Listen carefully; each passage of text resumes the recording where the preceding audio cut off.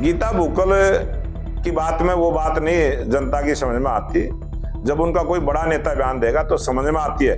और इस बात का परिणाम, इस बात का राहुल गांधी ने आरक्षण को लेकर जो बयान अमेरिका वहाँ विदेश में जाके दिया था कि ओबीसी समाज का और एससी समाज के आरक्षण पर जब हमारी सरकार आएगी कांग्रेस पार्टी उस पर विचार करेगी, ये बयान राहुल गांधी ने दिया था। आज तक उसका स्पष्टीकरण नहीं दिया, अपनी कही हुई बात से मुकरे हैं। मैं निवेदन करूंगा गीता बुक्कल से कि राहुल गांधी से इस विषय पर जरूर बयान करवाएं। आज हरियाणा प्रदेश में बिल्कुल भी कोई भी खाद को लेकर स्थिति खराब नहीं है।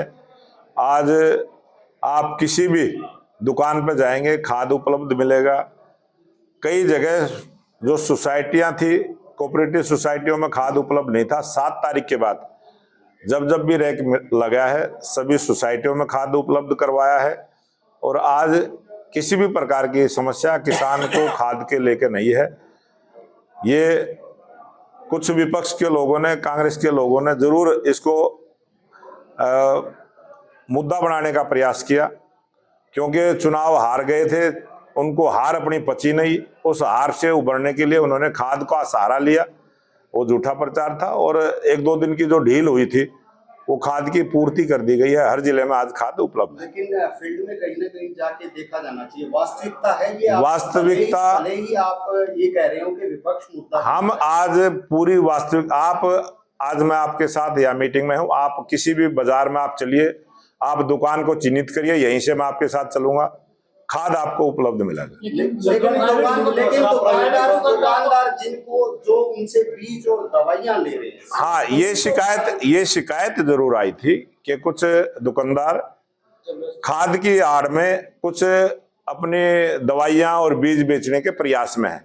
और हमने तमाम अधिकारियों को निर्देश दिए थे और सरकार सख्त है। अगर इस प्रकार का कोई भी किसान हमें शिकायत करेगा, और जब भी कोई टेलीफोन आता है तो मैंने किसान को यही कही है कि आप अपने घर से निकलिए, दुकान पर जाइए, और दुकान पर अगर कोई दुकानदार ऐसा करने का प्रयास करेगा मेरी बात करवाइए। आज तक किसी ने भी मेरे से बात नहीं करवाई। बाद में मैंने जानकारी भी ली, उन्होंने बताया कि हमें खाद मिल गया है। आपने विधानसभा सत्र देखा होगा, कल गीता बुक्कल ने एक आरोप लगाया कि डीएससी के माध्यम से आप फूट डालो राजनीति करने की नीति को अपना।